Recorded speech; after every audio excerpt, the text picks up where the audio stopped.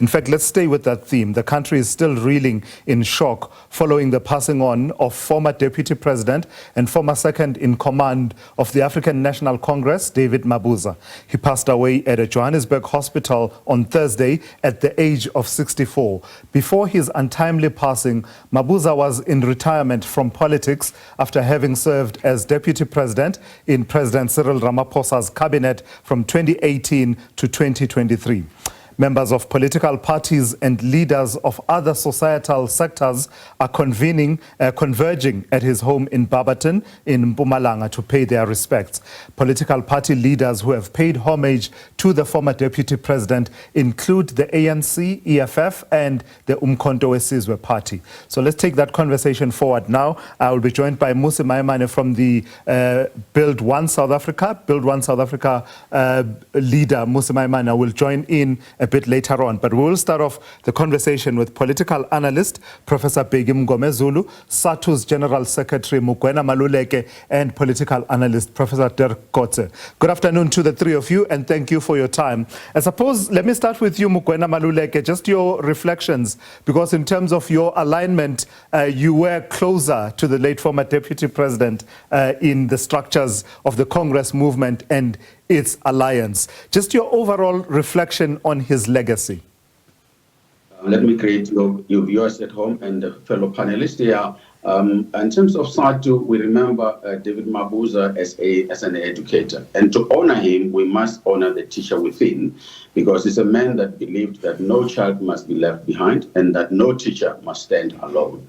We remember him as a teacher who taught mathematics as a weapon of emancipation more than a subject itself. So a person who has unified SADTU, and because of the experience he has lived of overcrowded classes, empty shelves in our schools, he brought that particular story within the boardrooms when we started negotiating for the new dispensation in education. So he was a calm, assertive, and a kind person as a teacher. He used to be called a hurricane, not for chaos, but clearly for clarity. You know, because of his fiery speeches in the morning assemblies, the teachers nicknamed him the hurricane. So we know him as a hurricane. That's an interesting one.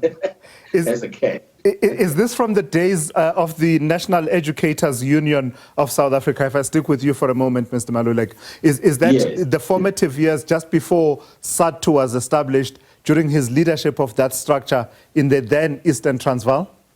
Yes, the NUSA structure, which gave birth to SADTU, he was the chairperson of the region then. That's why he was known as a hurricane, giving speeches that was about reawakening in the teachers that believe that education must be taken as form of a resistance, and the pedagogy must be taken as a form of protest to liberate our country. So that is the days that we remember him and honor him as a giant in the education field. Professor Dirk Coetzee, please weigh in on this. Just your overall legacies are complex, and I think this has been acknowledged. There is no person who has a straight path through life. 64 years in life, there's no person who will have a straight line in terms of their legacy. But your overall reflections?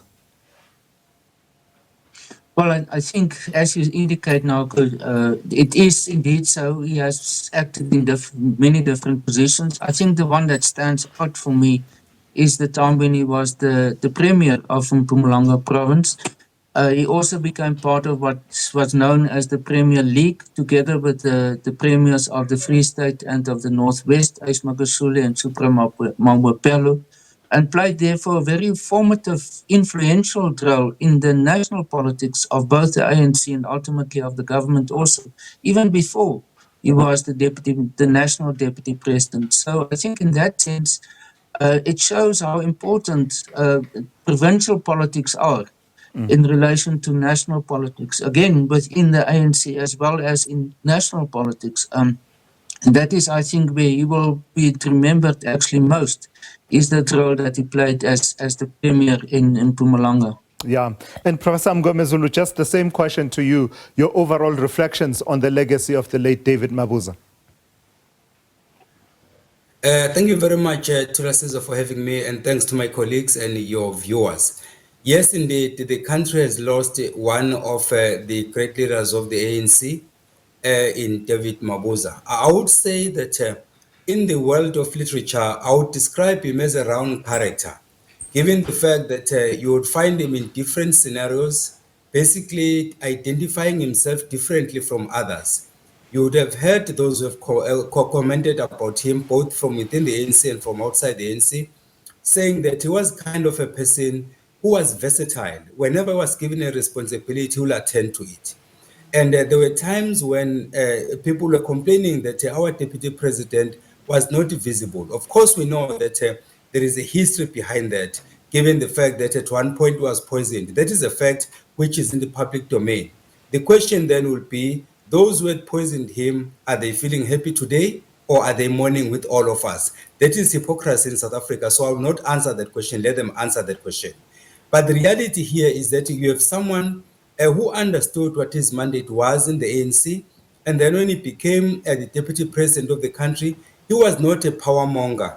He understood that he had to stay on his lane and wait for instructions to come from his commander-in-chief, that is President Cyril Ramaphosa. There are very few politicians, in fact, who have emulated him in terms of discipline and also knowing what is their responsibilities and then not crossing the line. So he will be remembered for that, for someone who was disciplined. And I've heard people also talking about unity. I'm not sure whether they are referring to the unity vote, which propelled Cyril Ramaphosa to the presidency, or something else. But the reality is that indeed, David Mabuza is leaving a legacy. Then depending on where your focal point we want to be, Yes. then of course we can emphasize that point. But he has played his role, and then of course his journey has ended. So now that you've raised that issue of unity, Prof Mngomezulu, let me stick with you then and ask you to reflect on that. Of all the people who ended up talking about unity ahead of the ANC's 2017 elective conference, he probably would have been the last if you had gone by what we had seen in the years and the months prior to him starting to preach the gospel of unity. And in fact, he even acknowledged it himself, that I played a divisive role in terms of the factions of the ANC. So how important was that, almost like a Damascus moment, just ahead of the 2017 election of the ANC? Yes, Putula Sizwe, it's a fact that David Mabuza was responsible for Cyril Ramaphosa ascending to the presidency with a mere 179 votes, which was something that was unheard of in the ANC. So yes, indeed, he played a critical role. But I think his usage of unity at that point was misplaced, although he was a preacher of unity all along. And in fact, there is enough evidence to confirm that David Mabuza was a unifier. But when it comes to that conference, he waited until the last minute, and then he said that he had a unity vote. Then at the last minute, he took his unity vote and gave it to Cyril Ramaphosa. Whether that united the party or not, then that is a subject for debate. But from where I'm standing, as much as President Ramaphosa owes Didi Mabuza a great deal, I would say that the ANC as an organization owes him a great deal in terms of making this unity move away from political rhetoric and become a reality. Because at the moment, we are not there yet. Prof Dirk Kotza, please weigh in on this. Just his style of politics. You will see in the coming days many people reflecting and saying we should not canonize those who have passed on and not look at the other aspects of their legacy. As far as you understand, what was behind his reputation as a shrewd politician, a cunning politician, and viewed with suspicion among many quarters, and allegations, flying all over the place in terms of his style of governance in the province of Mpumalanga. What do we know about that particular area? Well, there's lots of talk about it, even books published. One book is called The Predator Politics, that refers to his time as the premier of the province. And there's lots of unfinished business or matters that haven't come to conclusion about exactly what happened during his time. There's lots of controversies. There's also the interaction between him and his predecessor as Premier, Matthew Sposa, some court cases that developed and people working from them that became involved. So it's a lot of a sense of intrigue of developments amongst them that were not necessarily in the public. Something else that became also very controversial was the matter about the stadium in Bombela, the soccer or the sports stadium that was built during the time for the World Cup in 2010. And what happened with respect to that with some people, some assassinations that took place. He has been accused of being involved in it. So that's the type of controversy that surrounds him to some extent. And I think it goes back to the politics of Mpumalanga as a province, which was divided into different regions or had political dynamics which were characterized by the different regions. And some infighting there. And I think for someone like him to be able to survive there meant that he was able to cope with this type of politics, which is for many people will be very important to very difficult to survive that. So unfortunately, I think a lot of the politics associated with him during the time when he was premier and even before that is about these matters. And unfortunately for him and for his legacy, we don't have really answers about what is the real situation. Yeah. And I think this, I don't know if there will ever be a situation where we will indeed know what happened. Yeah, indeed. I mean, I suppose it's one of those that will be left to people in weighing up on the balance in terms of a person's legacy, what was alleged versus what was the track record as we know it. So let's speak to Mmusi Maimane, who is the leader of Build One South Africa. Good afternoon, Mmusi, and thank you for your time. I'm almost out of time, but just thought we'd bring you in as well. You interacted and crossed paths with the late former deputy president. He was leader of government business in parliament. And I think at the time, at some point, you were still in the Democratic Alliance. Just your overall reflections on his legacy.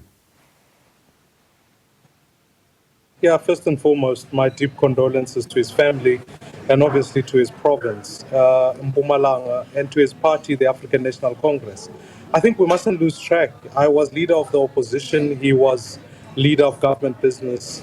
And so at times we had to interact a lot. And I think one of my memories of him is when we had to do a work for Winnie Mandela's funeral.